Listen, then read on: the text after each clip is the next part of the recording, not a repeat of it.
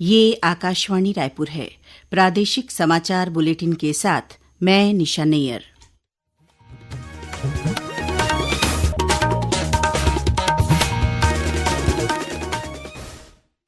अब पेश है आज के मुख्य समाचार। त्रिस्तरीय पंचायत चुनाव के तहत नामांकन पत्र जमा करने का कल अंतिम दिन है। प्रदेश में हो रहे नगरीय निकाय चुनाव में नामांकन वापसी के बाद एक नगर पंचायत अध्यक्ष और 33 पार्षद निर्विरोध निर्वाचित हुए। कांकेर जिले के कोयली बेड़ा इलाके में सुरक्षा बलों और माओवादियों के बीच चल रही है मुठभेड़। बीजापुर में कल मुठभेड़ में मारे गए 8 माओवादियों पर घोषित था 16 लाख रुपए का इनाम। और उत्तराखंड में चल रहे राष्ट्रीय खेल के 6वें दिन आज छत्तीसगढ़ ने योगासन में कांस्य पदक हासिल किया। अब समाचार विस्तार से। त्रिस्तरीय पंचायत चुनाव के तहत नामांकन पत्र जमा करने का कल अंतिम दिन है। वहीं परसों 4 फरवरी को नामांकन पत्रों की जांच की जाएगी। नाम वापसी की अंतिम तिथि 6 फरवरी है। संबंधित त्रिस्तरीय पंचायतों में 3 चरणों में 17, 20 और 23 फरवरी को वोट डाले जाएंगे और इसी दिन मतदान केंद्रों में मतगणना होगी। प्रदेश में हो रहे नगरीय निकाय चुनाव में नामांकन वापसी के बाद एक नगर पंचायत अध्यक्ष और 33 पार्षद निर्विरोध निर्वाचित हुए हैं। महासमुंद जिले की नगर पंचायत बसना में डॉक्टर खुशबू अभिषेक अग्रवाल निर्विरोध अध्यक्ष निर्वाचित हुई हैं।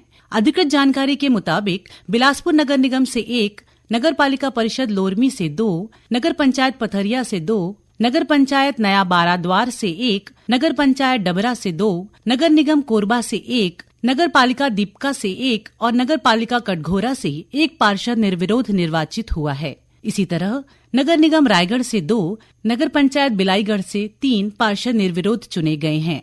साथ ही नगर पंचायत प्रतापपुर, सीतापुर, बगीचा, समूधा और फिंगेश्वर से 1-1 पार्षद निर्विरोध चुना गया है। इसी तरह नगर पालिका सरायपाली में 2, नगर पंचायत बसना में 3 पार्षद निर्विरोध निर्वाचित हुए हैं। इसके अलावा नगर निगम दुर्ग में 1, नगर पंचायत डोंडी में 2, नगर पंचायत चिखला कसा और बारसूर में 1-1 पार्षद निर्विरोध निर्वाचित हुआ है। वहीं उपचुनाव के तहत नगर पालिका भिलाई और नगर पंचायत कोंटा में 1-1 पार्षद निर्विरोध निर्वाचित हुआ है। समाचार डेस्क, आकाशवाणी रायपुर। प्रदेश में नगरीय निकाय चुनाव के लिए 11 फरवरी को मतदान होगा। मतदान को अब करीब 8 दिन बचे हैं। सभी प्रमुख दलों के साथ ही निर्दलीय प्रत्याशियों ने अपना प्रचार तेज कर दिया है। आकाशवाणी समाचार ने प्रदेश के जिन 10 नगर निगमों में चुनाव हो रहा है, उनके चुनावी परिदृश्य की तस्वीर पेश करने के लिए एक श्रृंखला शुरू की है। इसकी पहली कड़ी के रूप में पेश है रायपुर नगर निगम की ये रिपोर्ट। राज्य के सबसे महत्वपूर्ण रायपुर नगर निगम में महापौर पद के लिए 16 प्रत्याशी चुनावी मैदान में हैं। हालांकि मुख्य मुकाबला भाजपा की प्रत्याशी मीनल चौबे और कांग्रेस की प्रत्याशी दीप्ति दुबे के बीच देखा जा रहा है। भाजपा प्रत्याशी मीनल चौबे ने आकाशवाणी समाचार से बातचीत करते हुए बताया कि वे बुनियादी सुविधाओं के मुद्दों को लेकर चुनावी मैदान में उतरी हैं। और जनता का जो अधिकार होता है, जनता जिस चीज के लिए टैक्स पे करती है, बिजली, स्वच्छ पेयजल और स्वच्छता, ये 3 चीजें वो नगर निगम का मूल काम होता है। मेरा ये प्रयास रहेगा कि तीनों चीजों से जो रायपुर शहर की जनता लगातार पिछले 15 वर्षों से वंचित हो रही है, मेरी प्राथमिकता रहेगी कि सबसे पहले मैं जनता को उनको ये तीनों मूल अधिकार दिलवाऊं। वहीं कांग्रेस प्रत्याशी दीप्ति दुबे ने कहा कि राजधानी की यातायात व्यवस्था को सुव्यवस्थित बनाना और महिलाओं का सशक्तिकरण उनका मुख्य मुद्दा है। सबसे पहले ये ट्रैफिक रूल है जो अव्यवस्थित है, तो उसके लिए अवेयरनेस का प्रोग्राम करना और रायपुर को ग्रीन सिटी बनाने का। और तीसरी बात है कि जो महिलाएं हैं उनके लिए हर 70 वार्ड में एक काउंसलिंग केंद्र की व्यवस्था कराना। अपने जो यूथ है उनके लिए एक अलग मोटिवेशनल प्रोग्राम करवाना, ताकि यूथ कहीं अगर लगे डिमोरलाइज होते हैं तो उसे एक अच्छा प्लेटफॉर्म मिले। और ऐसे बहुत सारी चीजें हैं जिसको लेकर मैं उन मुद्दों को लेकर आगे बढ़ रही हूँ।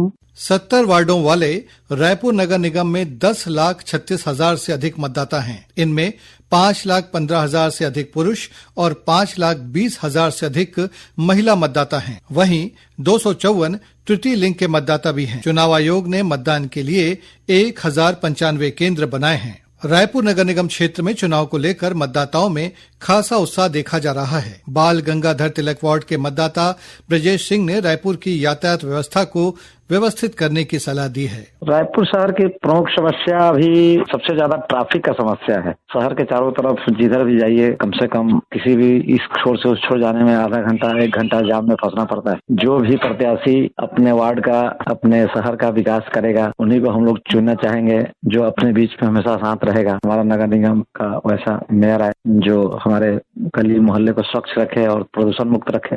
इसी तरह एक अन्य मतदाता गोपाल मरोड़िया ने रायपुर नगर निगम को राजधानी के अनुरूप विकसित करने की बात कही है। रायपुर नगर निगम में सबसे बड़ी समस्या सफाई की है। हम ये चाहते हैं कि जो भी पार्षद बने और मेयर बने वो सफाई पर विशेष ध्यान दे, राजधानी के अनुरूप रायपुर शहर बने। अभिषेक कुमार की रिपोर्ट के साथ समाचार डेस्क, आकाशवाणी रायपुर। प्रदेश कांग्रेस कमेटी ने नगरीय निकाय चुनाव के मद्देनजर राज्य सरकार के खिलाफ 25 बिंदुओं में आरोप पत्र जारी किया है। आरोप पत्र में राज्य सरकार के 1 साल के कार्यकाल को दिशाहीन बताते हुए कहा है कि सरकार जनता की उम्मीदों पर खरा उतरने में विफल रही है। प्रदेश कांग्रेस अध्यक्ष दीपक बैज ने आज रायपुर स्थित प्रदेश कांग्रेस कार्यालय में आयोजित एक पत्रकार वार्ता में आरोप पत्र जारी किया। वहीं कांग्रेस ने नगरीय निकाय चुनाव के तहत 49 नगर पालिकाओं के लिए चुनाव प्रभारियों की नियुक्ति कर दी है। प्रभारियों में वरिष्ठ नेताओं से लेकर सक्रिय कार्यकर्ताओं को शामिल किया गया है। प्रादेशिक समाचार आप आकाशवाणी रायपुर से सुन रहे हैं और अब आगे बढ़ते हैं बाकी के समाचारों की ओर। कांकेर जिले में कोयलीबेड़ा इलाके के पानी डोबिर के जंगलों में आज दोपहर से पुलिस और माओवादियों के बीच रुक रुक कर मुठभेड़ हो रही है। अब तक किसी के हताहत होने की खबर नहीं है। इस बीच बीजापुर में कल सुरक्षा बलों के साथ हुई मुठभेड़ में मारे गए सभी 8 माओवादियों की शिनाख्त कर ली गई है। मारे गए माओवादियों पर कुल 16 लाख रुपए का इनाम घोषित था।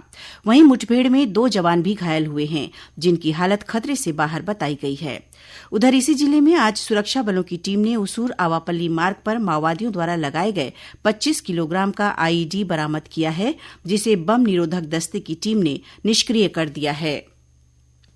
भारत ने आईसीसी अंडर 19 महिला T20 क्रिकेट विश्व कप का खिताब लगातार दूसरी बार जीत लिया है। कुआलालंपुर में आज फाइनल में भारत ने दक्षिण अफ्रीका को 9 विकेट से हराया। मुख्यमंत्री विष्णुदेव साय ने महिला क्रिकेट टीम की शानदार जीत पर बधाई और शुभकामनाएं दी हैं। उत्तराखंड में चल रहे राष्ट्रीय खेल के 6वें दिन आज छत्तीसगढ़ ने योगासन में कांस्य पदक हासिल किया है। अब तक छत्तीसगढ़ ने 5 स्वर्ण और 6 कांस्य पदक सहित 11 पदक प्राप्त किए हैं। आकाशवाणी समाचार से बात करते हुए दल के उप प्रमुख प्रशांत सिंह ने बताया कि छत्तीसगढ़ अब तक इन राष्ट्रीय खेलों में 11 पदक जीत चुका है। अभी तक जो हमारी मेडल तालिका है उसमें हम 5 स्वर्ण पदक, 6 कांस्य पदक सहित कुल 11 पदक प्राप्त कर चुके हैं। और आज हमारा जो इवेंट था योगासन में, उसमें हमने कांस्य पदक पर कब्जा किया है। और जो इस खिलाड़ी ने कांस्य पदक जीता है उनका नाम है प्रकाश कुमार साहू। केंद्रीय वित्त मंत्री द्वारा कल संसद में पेश बजट का छत्तीसगढ़ में समाज के विभिन्न वर्गों ने स्वागत किया है। आदिवासी नेता और बस्तर विकास प्राधिकरण की उपाध्यक्ष लता उसेंडी ने इसे सर्वसमावेशी बजट बताया है। सर्वसमावेशी बजट हम सब लोगों को देखने को मिला है, जिसमें युवाओं के लिए, किसानों के लिए, विशेष करके महिलाओं के लिए और मध्यम वर्गीय परिवारों के लिए छूट प्रदान किया गया है। निश्चित तौर पे आने वाले समय में विकसित भारत के सपने को साकार करने वाला बजट है। प्रयागराज में चल रहे महाकुंभ में बसंत पंचमी के अवसर पर कल अमृत स्नान होगा। इसके लिए उत्तर प्रदेश शासन ने विशेष प्रबंध किए हैं। करीब 1700 चिकित्सा कर्मियों की मेडिकल फोर्स तैनात की गई है।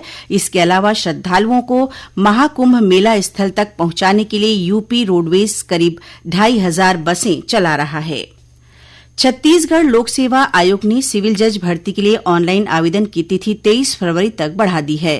पहले आवेदन की अंतिम तिथि 24 जनवरी थी। आयोग द्वारा जारी सूचना में कहा गया है कि सिविल जज की भर्ती के लिए अब विधि स्नातक भी आवेदन कर सकते हैं। पहले विधि स्नातक होने के साथ ही अधिवक्ता के रूप में नामांकित होना जरूरी था, लेकिन हाईकोर्ट के अंतरिम आदेश के परिपालन में यह शर्त हटाई गई है। गौरतलब है कि प्रदेश में सिविल जज के 57 पदों पर भर्ती होगी। इसके लिए बीते 26 दिसंबर से आवेदन भरे जा रहे हैं। सक्ती जिले के बाराद्वार पुलिस ने अवैध फ्लाई ऐश डंपिंग के मामले के मुख्य आरोपी को गिरफ्तार कर न्यायिक रिमांड पर भेज दिया है। आरोपी रायगढ़ जिले के खरसिया का रहने वाला है। उस पर आरोप है कि उसने अपने सहयोगियों के साथ मिलकर फर्जी सील बनवाई और कलेक्टर तथा खनिज अधिकारी के फर्जी हस्ताक्षर कर फ्लाई ऐश डंपिंग का आदेश जारी किया।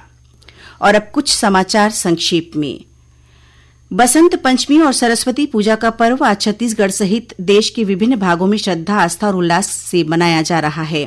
मुख्यमंत्री विष्णुदेव साय कल राजनांदगांव जिले के डोंगरगढ़ स्थित चंद्रगिरी तीर्थस्थल में जैनाचार्य विद्यासागर जी महाराज के प्रथम समाधि स्मृति महोत्सव में शामिल हुए। धमतरी जिले में मगरलोड इलाके के ग्राम बेंद्रा चुआ में आज तेंदुए के हमले में एक बुजुर्ग व्यक्ति की मौत हो गई। कोरबा जिले की दीपका पुलिस ने नौकरी के लिए रिश्वत देने के मामले में संजय दास के खिलाफ एफआईआर दर्ज की है और दुर्ग पुलिस ने आज सुबह तलपुरी कॉलोनी में छापा मारा। इस दौरान 1500 से अधिक घरों की तलाशी ली गई। संदिग्ध गतिविधियों में शामिल करीब 40 लोगों से थाने में पूछताछ की जा रही है। अंत में मुख्य समाचार एक बार फिर।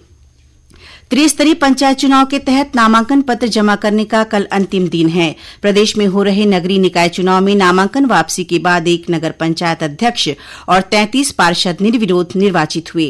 कांकेर जिले के कोयलीबेड़ा इलाके में सुरक्षा बलों और माओवादियों के बीच चल रही है मुठभेड़। बीजापुर में कल मुठभेड़ में मारे गए 8 माओवादियों पर घोषित था 16 लाख रुपए का इनाम। और उत्तराखंड में चल रहे राष्ट्रीय खेल के 6वें दिन आज छत्तीसगढ़ ने योगासन में कांस्य पदक हासिल किया। इसी के साथ प्रादेशिक समाचार बुलेटिन समाप्त हुआ। नमस्कार।